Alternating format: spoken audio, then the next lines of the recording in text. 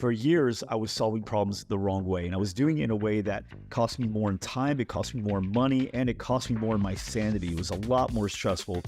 And I remember I came across this book, and it's called Who Not How. And you don't have to read the book. Here's the good news, because they titled it so damn well that this is the whole book. And he really just gives you examples and stories of how he was able to apply this type of thinking to his problem solving. And I'll be giving you a couple examples from my own personal experience as well, so you can see it and you can start doing it as well. But the idea is we all get caught up in how do we get a problem solved? And it makes sense because when I first started my business, I really didn't know anybody. My network was like this. I didn't know anybody that was actually solving problems that I was facing on a regular basis. So if there was a problem in the business, I had to fix it. I had to figure out how to do it. I had to go online. I had to Google. I had to research. I had to do everything I could think of and then fail and then find the ways that finally didn't fail in order to get to success. And it took a lot of time and cost me a lot of money, not just in the things that I spent in order to get the problem solved, but an opportunity cost, because if I'd have solved the problem sooner, what would that have looked like for me profit-wise down the road than if it took me a year later or maybe even longer? So this book, Who Not How, the idea is, don't ask how do I solve this problem. You ask who's already solved this problem, who's already figured this out. And Dan Sullivan does a great job of really breaking this down. He is the owner of a company called Strategic Coach, and it's a coaching company. He does pretty well. A couple of my mentors are a part of that program, and it's very similar to some other masterminds I've been a part of too. But I'll give you an example of how this affected me. So a while ago, this is back when loudrumor was initially just working with everybody, not just gyms and fitness studios. We worked with anybody. We realized that SEO was changing. It felt like every other week there was a big change in the algorithm that Google and other search engines like Google were using in order to determine who would rank at the top of search engines for certain keywords.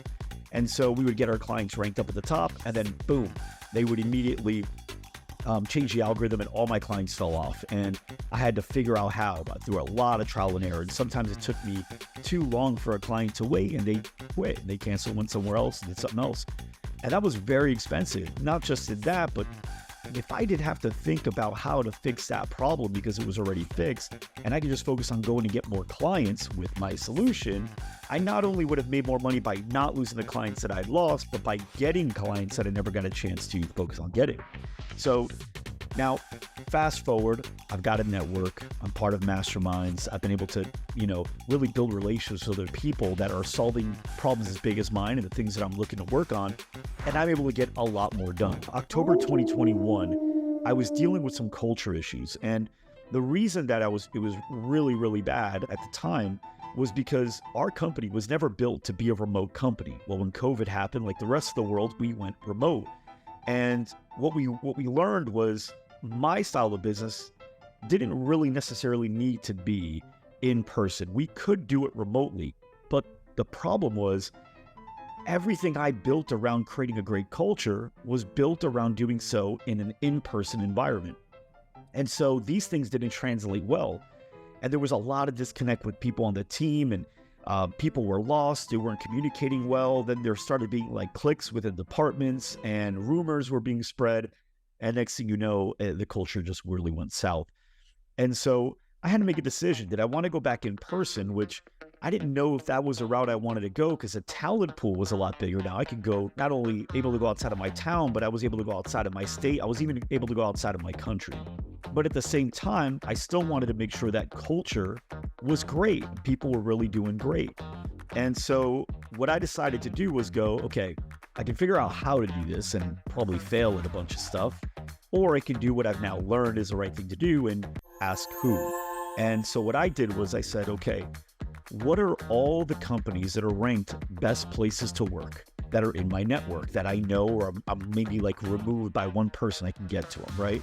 And some I didn't know, like I knew two, and then there were a bunch of others that I really was interested in that I didn't know.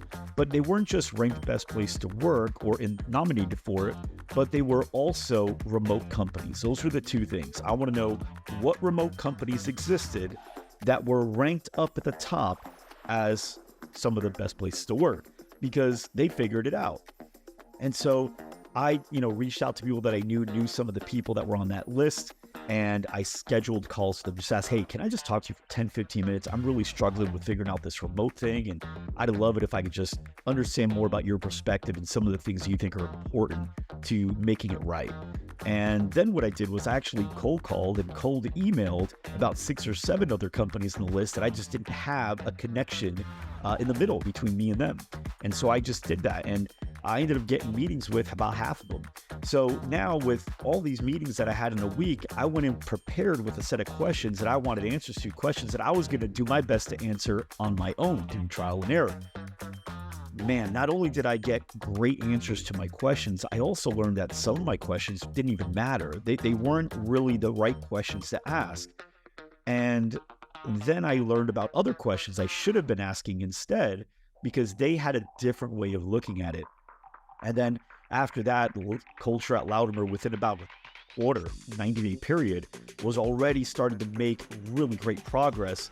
And now today, I mean, the culture is fantastic. We're really excited about the people on our team and the commitments they have, not only to the company, but also to themselves. And that was just by focusing on who already knows how to solve this problem as opposed to how. Because honestly, I don't know if I'd have been able to achieve what I did without that, at least not in this time frame. So for whatever problems you're looking to work on, rather than going, all right, how do I do this? How do I do this? Start asking, who do I already know has done this? Maybe it's attrition. Maybe your attrition at your gym or fitness studio is 10, 12%. Okay, instead of saying, how do I get it down to 3 or 4%? Who's already got it down to 3 or 4%? And how can I connect with them and learn from them? What are the questions I want to ask?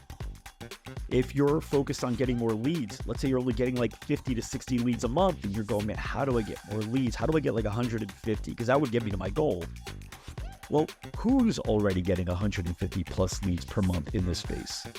And this is a much better way to approach it, because you're going to be introduced to people, you're going to be introduced to tools, to strategies, and ways to get things done that would really help streamline your progress. So if you're not already part of a mastermind, I encourage you to do so.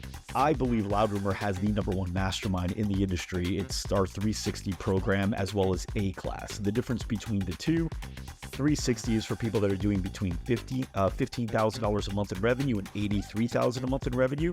We actually break it up into two. So once you hit 42K, you're in 360 plus. This way, you're really networking mostly with people that are generally solving the same problems that you are, but you still have access to everyone. And A-class is for everybody that's doing 83K and up. And we actually look like we may have to do an A-class plus, because there's a lot of people in our program that are now advancing past 100, 130K per month. So it's an incredible mastermind. We have conferences where we all get together every single quarter. It's called GSDCon. You can learn more by going to gsdcon.com. That would be all free if you are part of the mastermind. Normally it's $2,000 a ticket. And if you just want to learn more about how to be a part of our mastermind, which I encourage, because it saves you more money to be a part of a mastermind than to work on problems yourself and not get them figured out, just go to loudrumor.com and we'll be able to help you from there. Other than that, thank you guys for listening. Remember, who, not how. You can pick up the book if you want. It's a good book. Great examples that maybe make it easier for you to see how you can do it yourself. But I think I gave you enough now where you have a good idea of the concept. So thank you for watching, and we'll see you in the next video.